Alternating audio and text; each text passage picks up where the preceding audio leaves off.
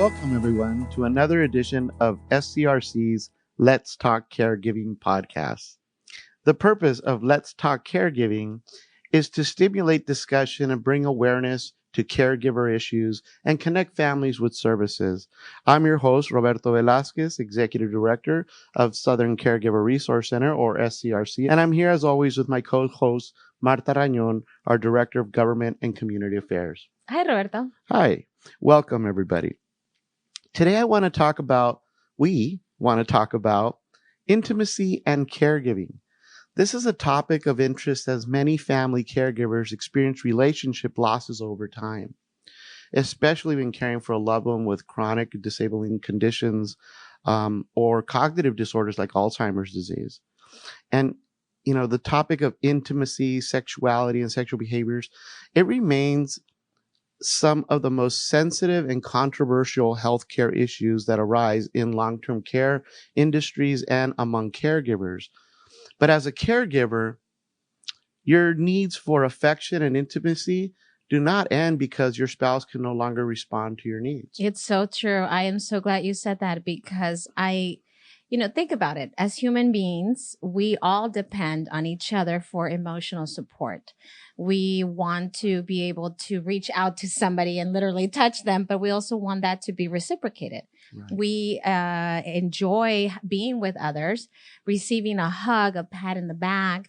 And when that is not there, there's a void for sure. Oh, absolutely. And we're not just talking about relationship with a spouse. Intimacy, again, is more than just sexuality. Absolutely. And, I remember talking to someone who said, it's not just like you're mentioning the sexual aspect of the relationship, but it could also mean different ways of expressing intimacy. It could be something as simple as sitting together to read a book, going to the movies, holding hands, being next to each other.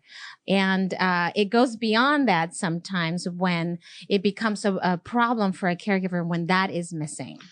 Yes. And it's part of what happens with the ambiguous loss, the ongoing loss, the change in the relationship that you are now the caregiver for your mother, for example. And so that intimacy that you had as a daughter or as a son and mother changes because you've now become the caregiver. It really comes down to the relationship changing.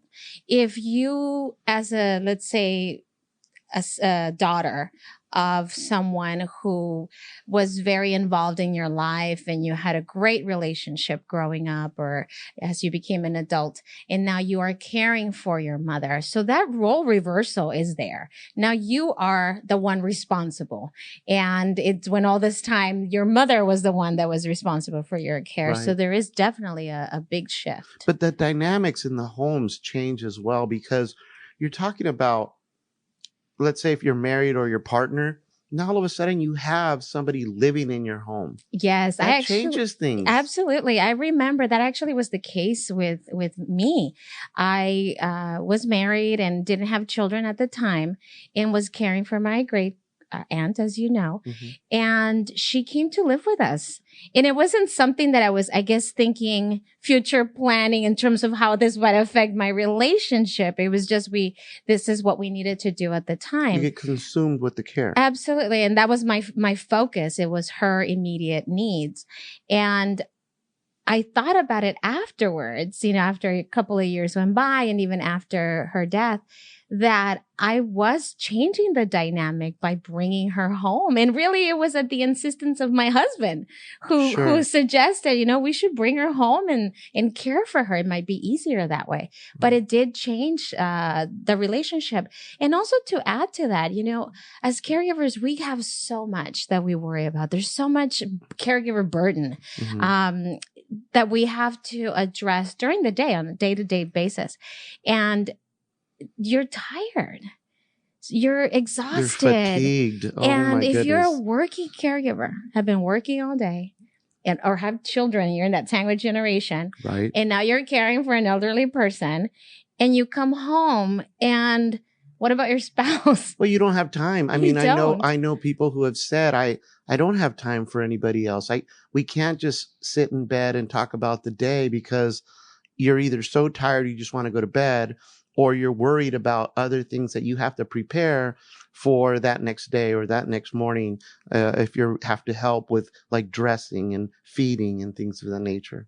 It's really exhausting. And I think that's why caregivers become so overburdened and so resentful in a way that this person is it pretty much has changed, and therefore has also changed and impacted the way that you are in this relationship.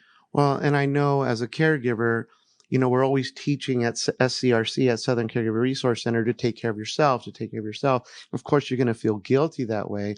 A lot of people feel guilty, but they also feel resentment because they feel guilty. Yes. And it's this vicious cycle. But as a caregiver, you do have to take care of yourself. And I think when you start having changes in intimacy, you kind of have to find new ways to renew yourself.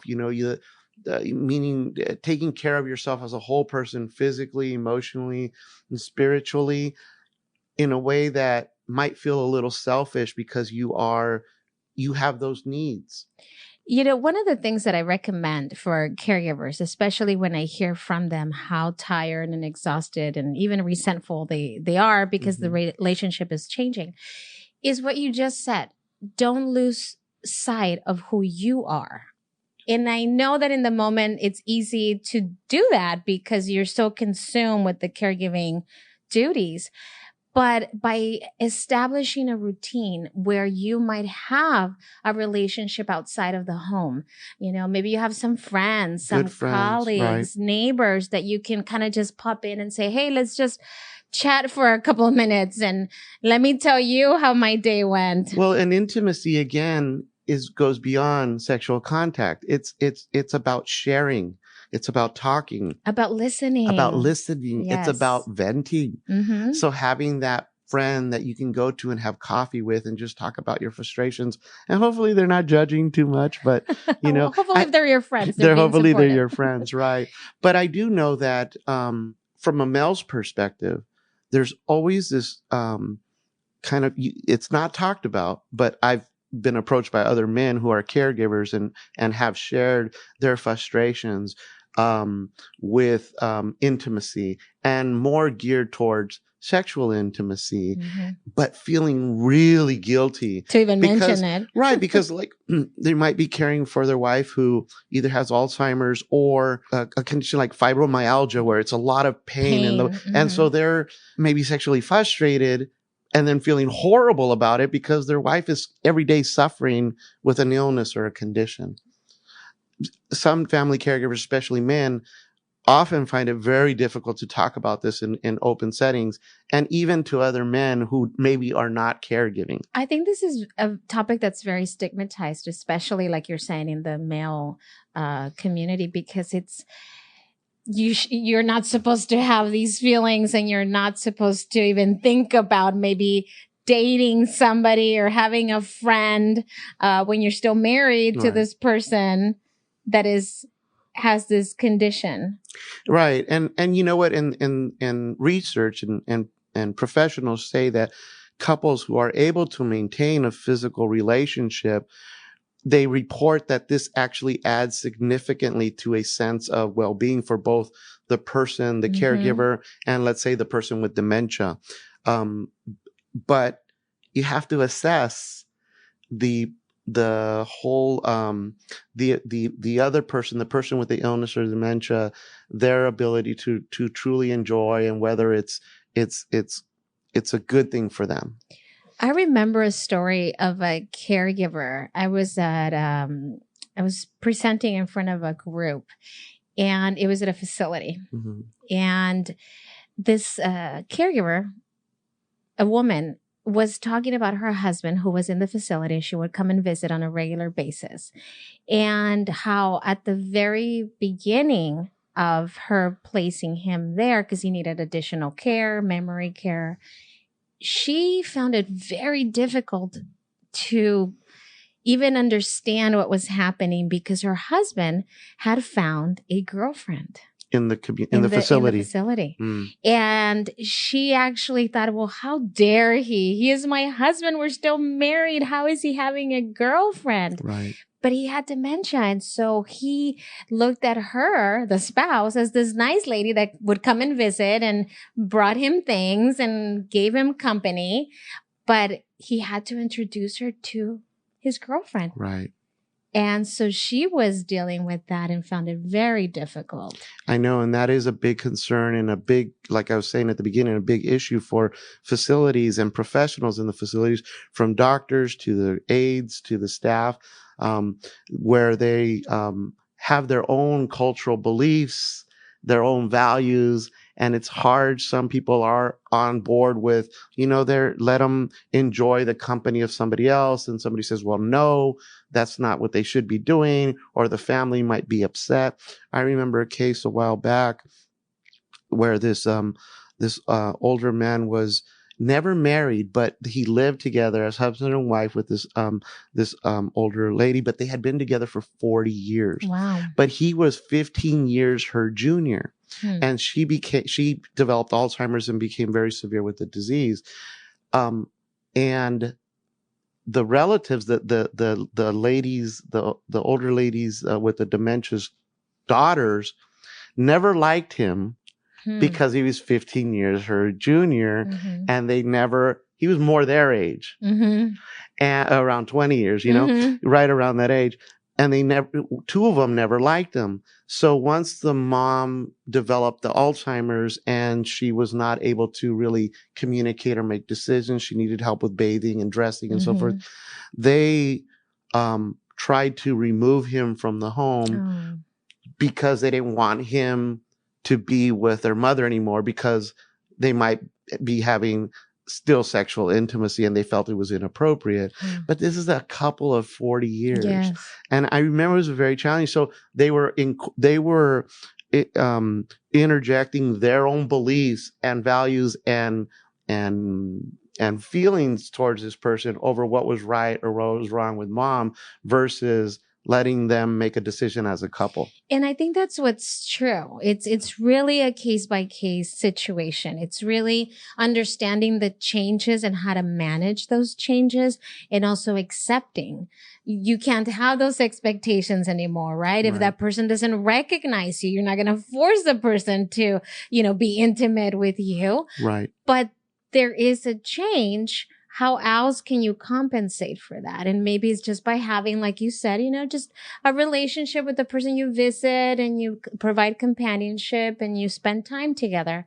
But there is a change. And there's no right or wrong answer to this. There really isn't. But each caregiver, as a caregiver, you must decide how to meet your intimacy needs, whether that's choosing celibacy or becoming involved with other things or other people who provide you with that nurturance and that fulfillment that you so desire as a human being, because we all desire to be liked and to have somebody to talk to and make you feel good and make you feel like a whole person. Absolutely. That's so important.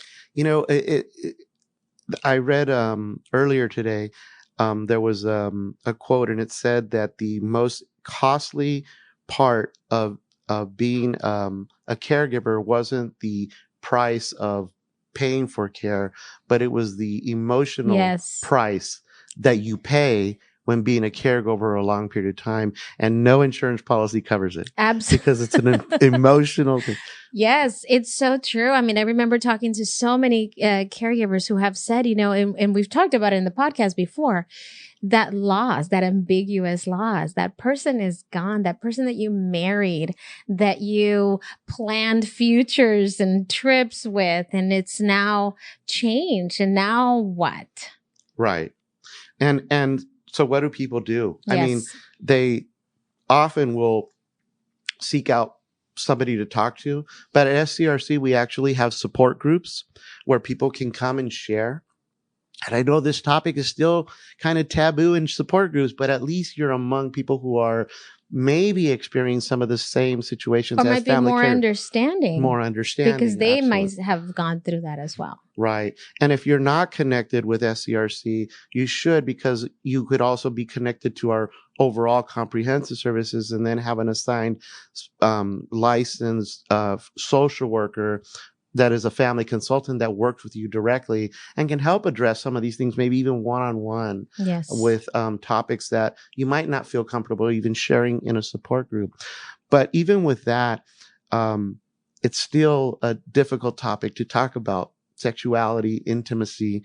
And I know even for men, because this was another big topic among men, I remember a while back, a long time ago, when I used to facilitate a support group, one of the family caregivers was a man. There was only 3 men in the group, and there was 7 women in the group. And unfortunately, his wife developed early onset. So she was young, in her 40s, with the disease. And she's since passed, but he had been her caregiver already. They were both in their 40s. She developed in her 40s. In her late 50s, it was full on, very, late stages of the disease. He's still 50, 50 something. He's a young man. And he brought up in the support group the topic of, needing that companionship, wanting to seek it out, and was looking to the group for approval. And unfortunately, and I had to redirect them all, but unfortunately, that topic became very controversial, especially among the women there. And he stopped talking about it. He shut down. But the neat thing is that there actually are men's support groups. That's great. And if individuals are interested, men are interested in men's support groups, they should go to them. They could call SCRC and find out where they're at, where they meet, and start attending those as well. It comes down to understanding and really trying to see it beyond what it is in front of you. Right. And just understanding and looking at it from the other person's perspective. Yeah, absolutely. And, again, I know plenty of individuals who are caregivers, who their loved one, most of the time their spouse, whether their caregiver is a male or the caregiver is a female, but the disease has really progressed and they're pretty much in a nursing home now. They deal with so many emotions, but that whole getting back to that whole being a whole person and having that need for a relationship, it's part of what makes us human. So, I mean, this is a good topic. I hope we bring it up again. Maybe we'll bring in, a different aspect to it, but it's it is controversial. But it's very real. Yes. And it should be discussed. And that's why we're here in this podcast, to try to discuss these types of issues that maybe won't get talked about all the time. Well, that's all the time we have left for this edition of Let's Talk Caregiving. So I want to thank Marta for co-hosting another stimulating discussion about caregiving. Pleasure to be here. And I want to remind our audience that if you are providing support to a loved one, you don't have to do this alone. Asking for help is not a sign of weakness. It's a sign of strength. Just go to our website at scrc.care or call us at 1-800-827-1008. And remember, SCRC is here for you, caring for those who care for others. Thank you.